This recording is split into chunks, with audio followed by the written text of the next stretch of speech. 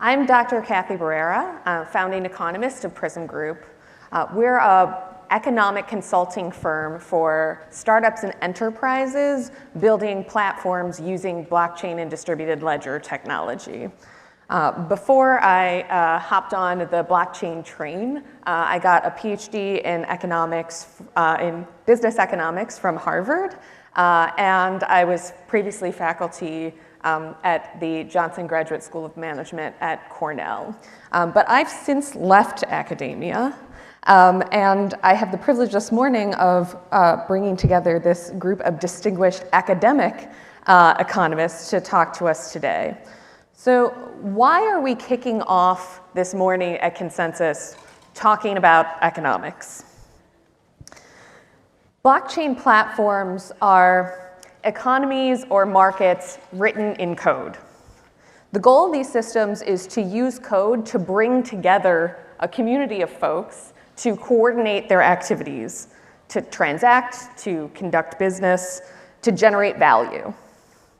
Blockchain-based platforms are used by individuals or companies to earn income, for example, by engaging in mining, to track and trace digital or physical assets, and to buy and sell goods and services.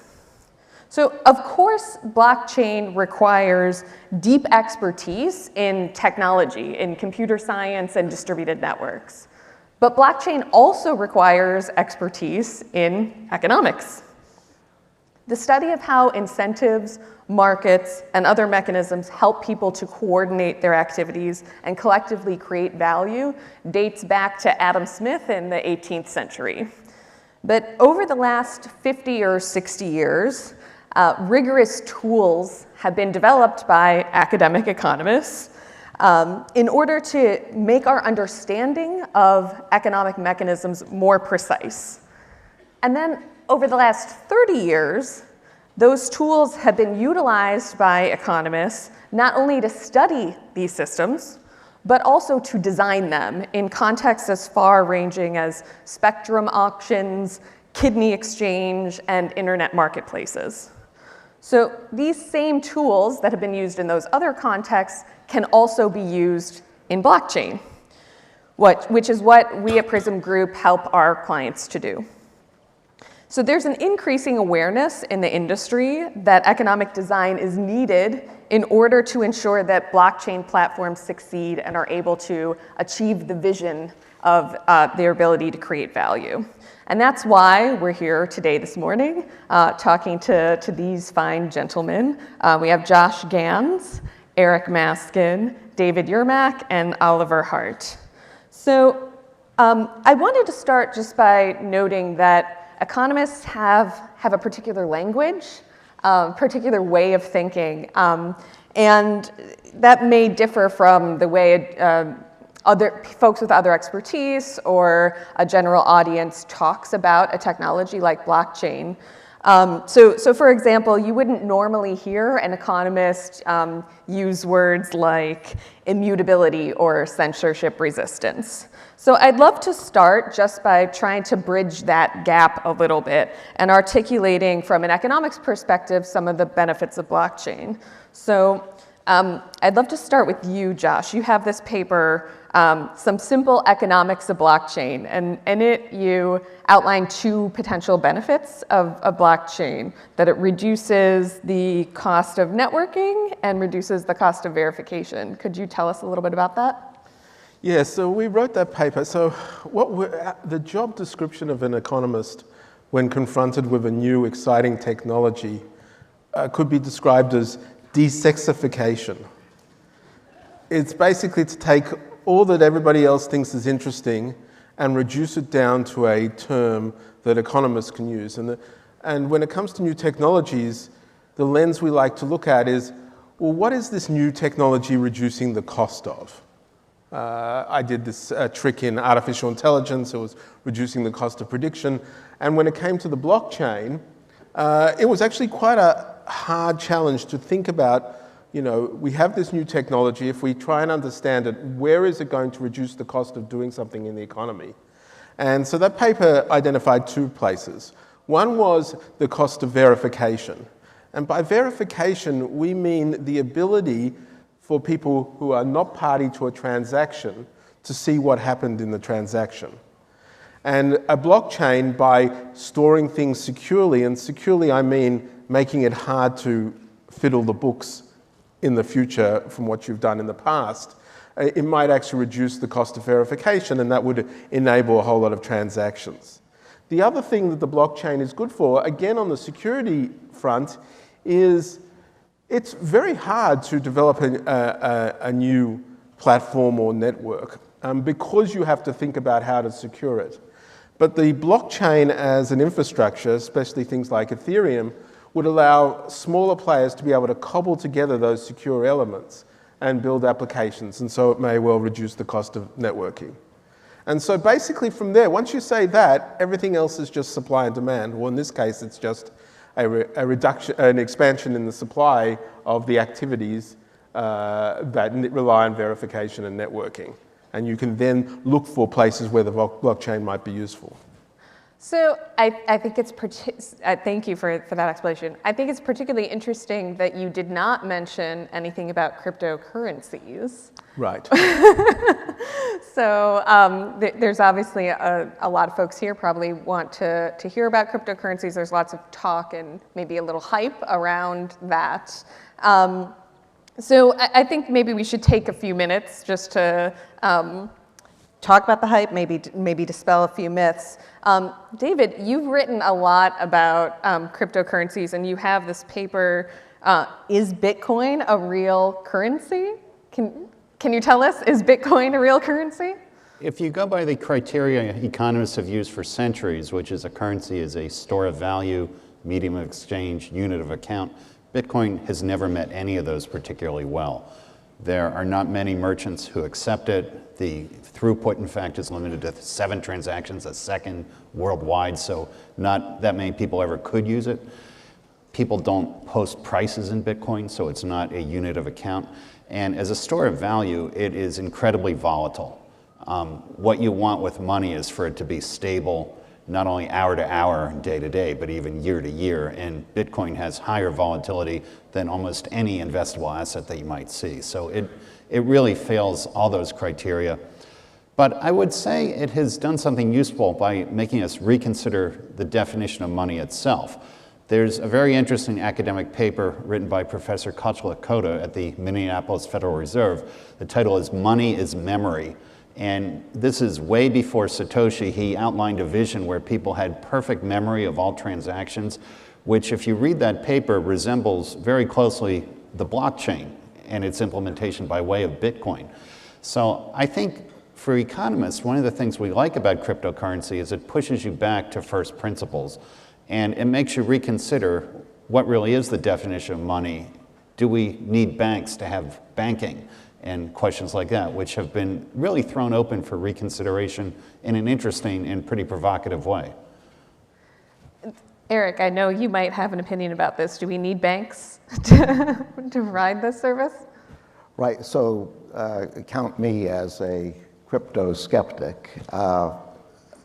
In addition to the problems that David mentioned with cryptocurrency being a dubious store of value or a dubious medium of exchange, I worry that to the extent that we're replacing public money, government fiat currency with private money, which is effectively what is happening in the crypto world, we may be interfering with important public functions. For example, countercyclical monetary policy. An important role that central banks around the world play is to limit business cycles by varying the money supply according to conditions. If we're all using private money, that's going to be hard to do. Also, the idea that you can go around banks with cryptocurrency, you don't need banks anymore, may sound appealing, but actually banks perform a useful function too, which is to decide which entrepreneurial projects are promising and which are not. And if we if we undermine the banking system, we're doing so at our peril. So those are a couple of reasons why I'm doubtful.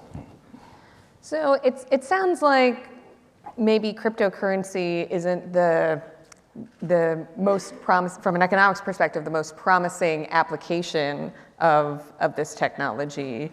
There are other potential ways that blockchain can provide benefits in markets. And economics is also not entirely about money. We study a lot about how different actors can come together, they can trade, they can generate value, they can cooperate. I thought it would be useful to maybe take a couple minutes just to talk about the way economics views the role of markets and the role of mechanisms. So a thing that sometimes folks I talk to in the industry find surprising is that our economies have a lot of design in them, a lot of in addition to the invisible hand, you sort of have a bit of a visible hand if you know where to look for it. So Eric, your field is mechanism design, and it sort of grew out of this debate about the role of markets versus planning in facilitating sort of efficient outcomes. Sort of where do we end up in that debate, and what have we learned through this field of mechanism design? Well, you're right. In the 30s and 40s, there was a very serious intellectual debate about whether markets could perhaps be replaced altogether by some sort of planning mechanism. And I think it's fair to say that that in the end, markets were reaffirmed as very often the most powerful and efficient way of allocating goods and resources, but that several conditions had to be met for markets to work well. And one of those conditions is that there has to be sufficient competition. For example, there are very few sellers in a market, they're going to be able to exert monopoly power, and that is going to lead to prices that are too high, quantities and qualities that are too low. So in circumstances like that, where markets don't necessarily work well, we may need to supplement them with mechanism design. And a good example where mechanism design came into play in a big way was about 25 years ago, when many governments around the world realized that it no longer made sense for them to control the radio spectrum,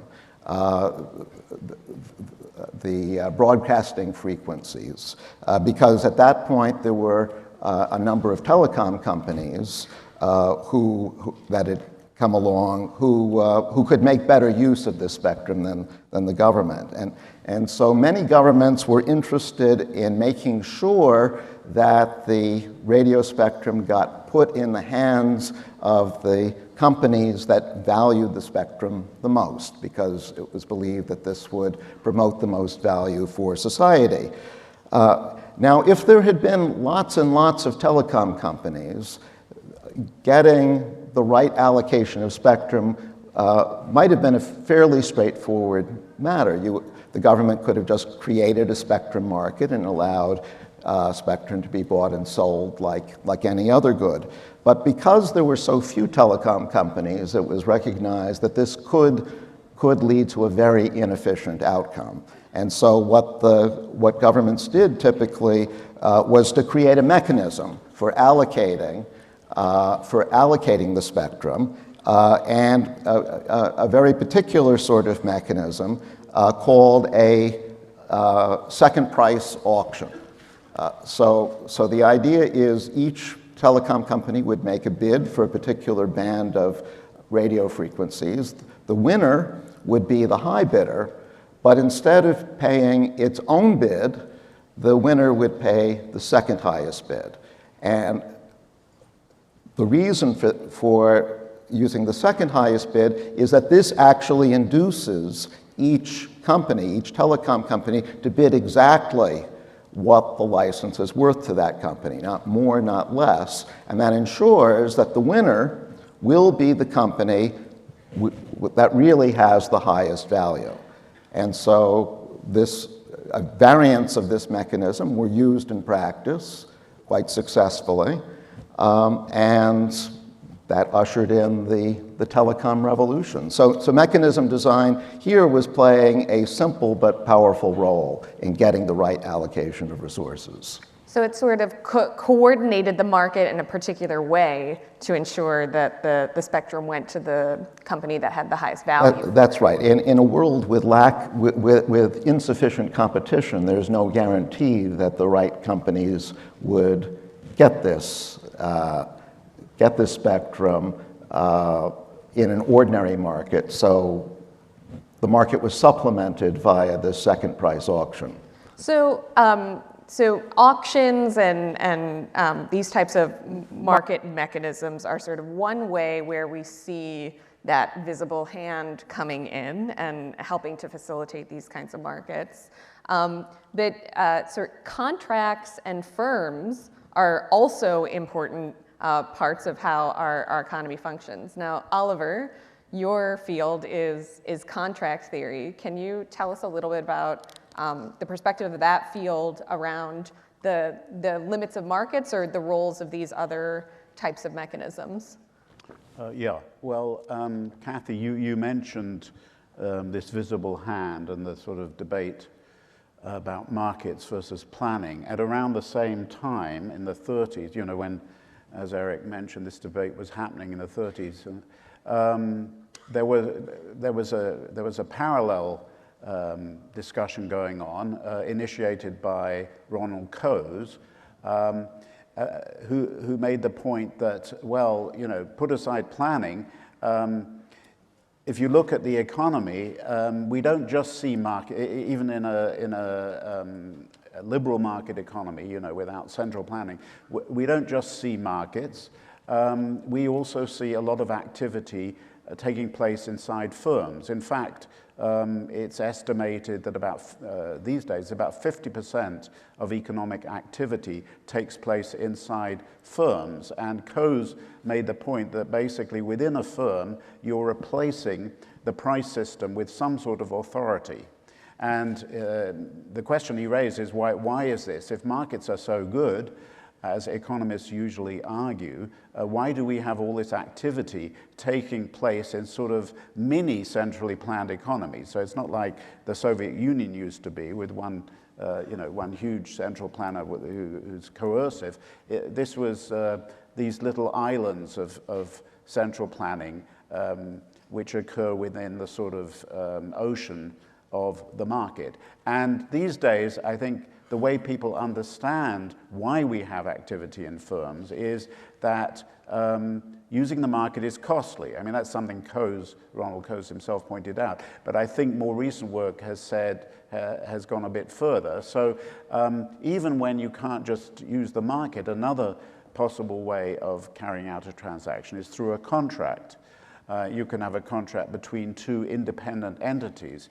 But one of the problems with writing a contract about in any sort of complicated transaction, and long-term transactions often are quite complicated, and you may be entering into a contractual relationship for many years, and it's very hard to look ahead and think of all of the things that might happen during the course of a 5-year, 10-year, 20-year, 50-year relationship. And it's particularly hard to put all those things, all the things that might happen, into the contract. So real-world contracts are incomplete. They have gaps. They're ambiguous, and there are lots of things in the contract, which are not in the contract, which you'd like to be in the contract, but then as the relationship proceeds, you realize, oh, something's come up that we didn't anticipate. We didn't put it in the contract. The contract doesn't say what should happen. And in this kind of situation of contractual incompleteness, residual control rights matter. That is, who gets to decide on the stuff that is missing from the contract. And this is what governance is all about. Owning things. The owner of an asset has the right to make decisions about how the asset should be used, to the extent that no prior contract says how it's to be used. And votes are important. This is why we see in organizations some people have votes. Shareholders have votes. Owners have votes. And the people with the votes get to decide ultimately how the asset is to be used to the extent that the initial contract was incomplete. And I think that's also relevant for blockchain. So when you think about the protocols of blockchain, who gets to change them? I think it's a mistake to think about all these things as being complete contractual transactions. There's always going to be stuff missing, and you may want to change the rules of the game, and who gets to decide that? So governance of blockchain is important. Absolutely. I think a variety of sort of really important issues came up, and I think we can try to bring these out and take them to these benefits of blockchain that we discussed before. So, folks are trying to use this technology to create markets where previously there were firms, to enable parties to transact together using automated contracts, using smart contracts to ensure that they get the kind of behavior they want. And so I think, a question to ask at this point is, how can we use what we've learned from these fields of economics and apply it to this new technology and this new space? How can economic design and blockchain be used together to achieve outcomes that we haven't seen before? I'll open that up to the panel. So I'm happy to leap in here. So for my sins, I'm involved with an accelerator, the Creative Destruction Lab at the University of Toronto and other places, and it has a blockchain stream. And the idea was, we don't see nearly, for all the length of this technology, we haven't seen much in the way of economically impactful applications beyond cryptocurrency, which everyone can argue about, for the blockchain. And the question was, why not? And the answer that at least we came up with, or at least a thesis, was in order to make value out of the blockchain, you need to have economic innovation. And economic innovation of the sense that Oliver and Eric and co have been doing for years in terms of the design of mechanisms and markets. Now, this is where the cryptocurrency community and the economists come together quite strongly. And Oliver already mentioned it. There is a sense in which there are two ways of dealing with a problem or managing or dealing with an ongoing relationship. You can either design a fancy mechanism so that you can put it in place and everything works smoothly in an engineering sense and you don't have to worry about it again. Or you can accept that you have to manage these things and you're going to have people come and deal with unforeseen contingencies.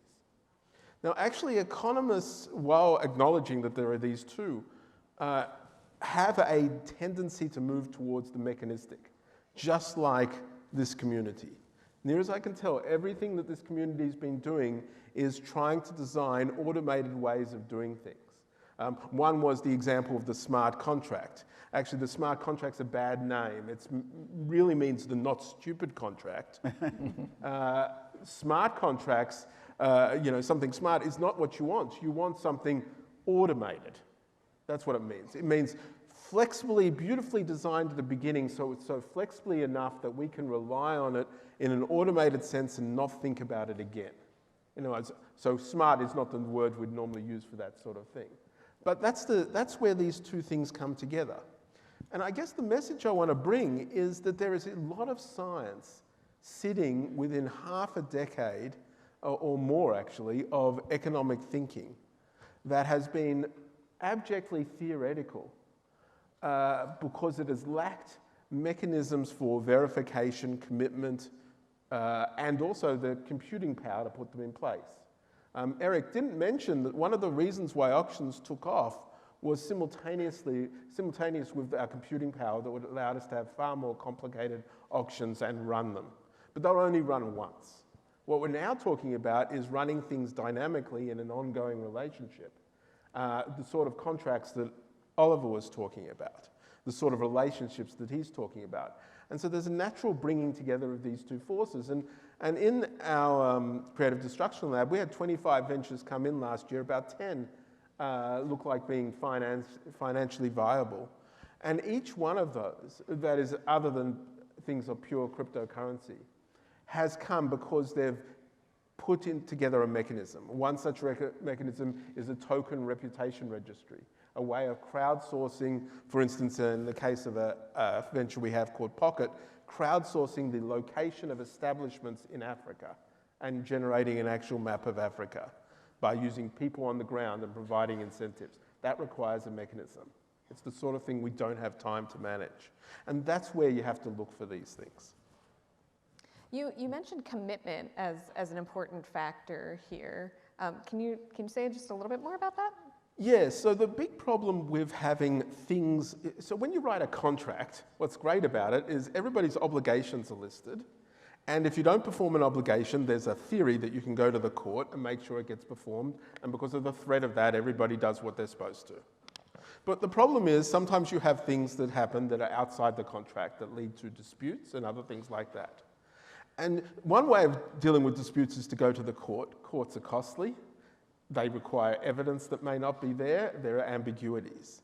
And so that, once you have a dispute, it's like you've opened up the whole thing again for renegotiation, redoing the deals. Darth Vader in The Empire Strikes Back. I've changed the deal. Don't make me change it any further. It's something you can do when things are outside of your power. If you could put a contract on the blockchain, you take away the power of any individual to deal with any of these things. Now, it may be, of course, that you still have disputes, so it's not going to be for every contract. But if you can do it cleverly enough, you might be able to provide that commitment in places where at least the court was too costly an option.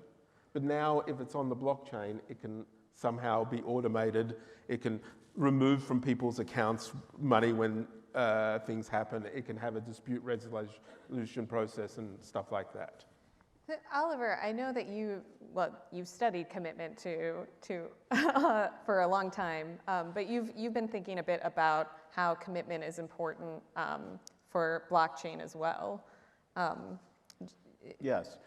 Well, right. I want to say, I think, to the extent I understand blockchain, which is quite limited at this point, there are some things which seem, very promising.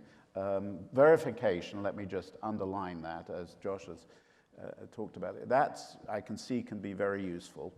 And, some situations where commitment is very valuable, and that can be, and blockchain can help to bring it about. So just to give a couple of examples, and I don't know, how useful these will be in practice, but there are certain situations, for example, where you want to, I want to buy things from perhaps the people in this room. Maybe you're shareholders in a company, and I want to make a tender offer for your shares. And maybe I need 50%, but I actually, for various reasons, I want the deal only to go through if I get 75%. So I make a conditional offer. I'm only going to buy your shares if 3/4 of you agree to sell your shares. Well, in practice, that can be a little difficult to implement because some of you may think, I'm going to go ahead with the deal even if I get less than 3/4.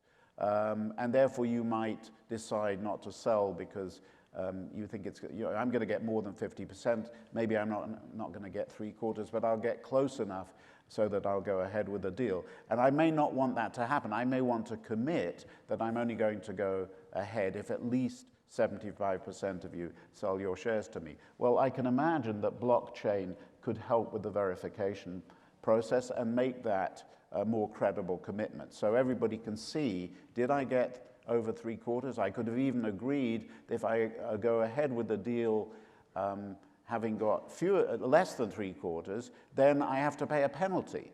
So maybe I've done that as part of my deal. I've agreed to somehow, commit not to go ahead with less than 3/4. But, pre-blockchain, it might be hard for people to know whether I got more than 3/4 or I got less. But with blockchain, maybe that's going to be publicly observable. And so the commitment will be possible. So that would be one example. Or another example would be crowdfunding. Maybe I'm going to try to I want to raise money for some project, and I go to people, but I want to tell them, you put up your money, I'm only going to go ahead if I get a certain amount, a critical amount, so you can be sort of confident that if I don't get that critical amount, then I'm going to give you your money back. You won't have to pay anything.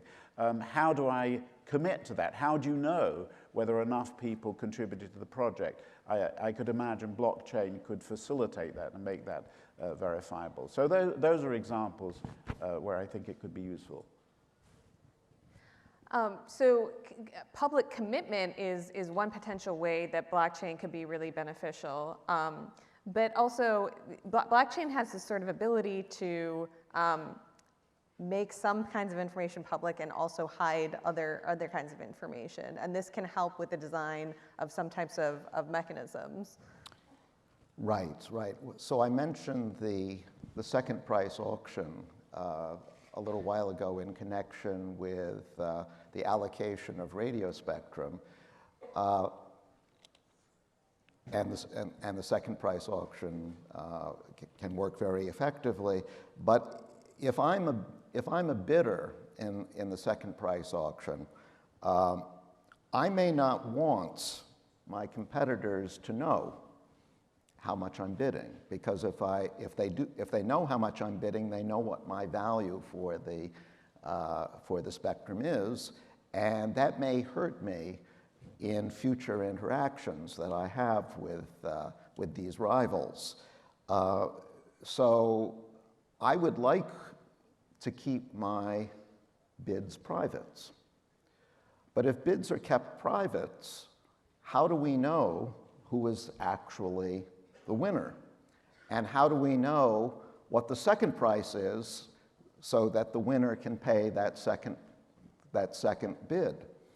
Well, that's, again, where I think blockchain could be very helpful. We could set up a blockchain mechanism in which people make bids, and people can verify whether or not they are the high bidder or not, and what the second highest bid is, but no further information gets released. So in particular, if I'm the losing bidder, I may not know how much the winning bidder bid. I don't need to know that. So one great advantage I see for the future of blockchain is that it will allow enough information to get out so that we have efficient transactions, but no more than the amount of information that's actually necessary. I think it's really interesting how the role of information keeps coming up repeatedly in all of these examples. I think that's something that most people don't necessarily know about economics is sort of how important the information is in order to get participants to do what you're hoping they'll do. Come to the auction and actually bid on something or bid truthfully, these sorts of issues. So, economic design is, it's very difficult, right? You can put a mechanism in place and you didn't take the right thing into account and you sort of end up with these unintended consequences. What do you think are the limitations of trying to put together blockchain and economic design? Is this where it's all roses here, or should we be wary about doing this? Well, I think it's going to take a lot of work. Let me do the old economist adage. If it was easy with the blockchain, we would have seen it already. And we haven't quite seen it already. Apart from the design itself, and let us be very clear, the design of cryptocurrency itself is quite impressive. In fact, the economist's forecast was that this would be a very stable value at zero. And it turned out that the fact that it's positive at all is somewhat of a miracle. And that's an aspect of design. That mechanism, if you look at Satoshi Nakamoto's white paper, I don't know if Satoshi's here today. Can't see her. You know, if you look at the white paper, there's an amazing number of elements. And I was gobsmacked at the sheer number of things that had to come together and now get implemented, and 10 years of proof that it does what it was supposed to do. That's quite extraordinary. However, I think there is more to be done. The one thing we've learned from economic design and market design is it's a bit fiddly. If you miss a key element, the whole market just doesn't work. Things do not take off. It is very hard to herd everybody into the right things. Now, part of that we sometimes analyze and say, well, we got the incentives wrong. There was an unintended consequence, people started abusing the system in some way, etc. The other part is that we don't know in the growth of markets what needs to become a norm. And we have a lot of markets that work that if you were to look at them from an economic point of view, it seems crazy. For instance, I'm not a resident of New York. If I go out to dinner tonight, I can go to a restaurant, they will bring me food, I will eat it before I've paid. Moreover, there's no visible mechanism to stop me from just walking out the door. Any economics textbook will tell you that that was a disaster to set up an entire industry, yet, worldwide, there it is. Okay? That suggests to you that these markets sometimes evolve, co-evolve with norms, and I suspect that's what we may well have to think about very carefully. In the auction design literature, they didn't just say, oh, we're going to auction off spectrum. What they did beforehand was argue about the mechanisms, test them quite a few times, and then run it on the real stuff. And I think we're going to still have to see that sort of experimentation, that sort of minimum viable products occurring in the blockchain space that show that the incentives can work, and that, you know, if there are bad actors, they just don't have enough power to disrupt stuff. I think what you're talking about here, though, is a new way of keeping records, and probably the most significant change since double-entry bookkeeping came in 700 years ago. And you have a ledger that can be seen simultaneously by multiple people and can't be changed very easily, at least not without everybody seeing the change. And if I know that I'm being tracked in that way, I'm going to behave better. In the supply chain, if I have a delivery truck, the arrival of the truck will have to be reported accurately, and this will maybe trigger penalties, the release of collateral. There's all kinds of ways to squeeze efficiencies out of the system, and it's not so much about the payment of damages, but giving people incentives to behave better in the first place. I know if there's a technology now that tracks my actions better, I'm going to take more care, I'm going to prepare, I'm going to arrive on time. And ultimately, solving these moral hazard problems, which are all over the place in economics, I think is really the promise of this technology. And it's exciting in that sense. There are many problems that were viewed as intractable that are now up for reconsideration.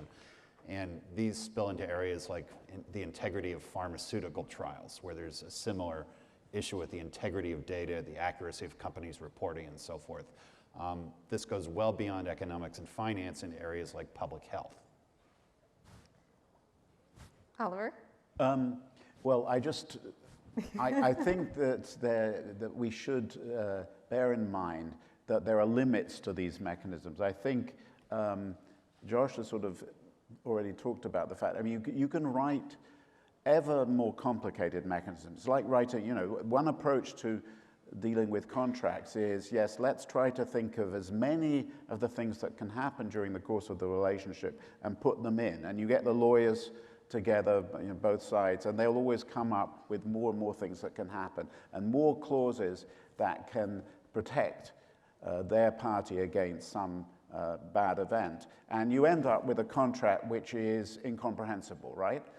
This is what we see. You read any contract between two big firms, you know, in a business-to-business deal, and it's typically incomprehensible. I think there's a better way, which is actually to recognize that there's going to be stuff left out, and instead of trying to put as much in, just instead approach the problem with what's the best way for dealing with the stuff that can be, that it will inevitably be left out. And that may involve not having automated mechanisms, but actually building on norms that are out there and the parties can agree to abide by and to follow when they have to deal with things that the contract has left out. So I actually, currently, my view is that we should be thinking more about developing norms and good practices like agreeing to be equitable. This is about business-to-business deals, this is what I'm thinking of. It's a bit removed from blockchain, but I think it provides a good lesson, which is that sometimes the best way forward is not to automate everything, but rather to agree to be nice to each other when stuff happens that hasn't been anticipated. So I think that the lesson here is that there are many potential benefits of using a technology like blockchain. What we need to do is we need to figure out which are the most promising of those. In which scenarios is this going to be the mechanism that really helps us get to the outcomes that we'd like to see? And in which cases should we be using some other kind of mechanism?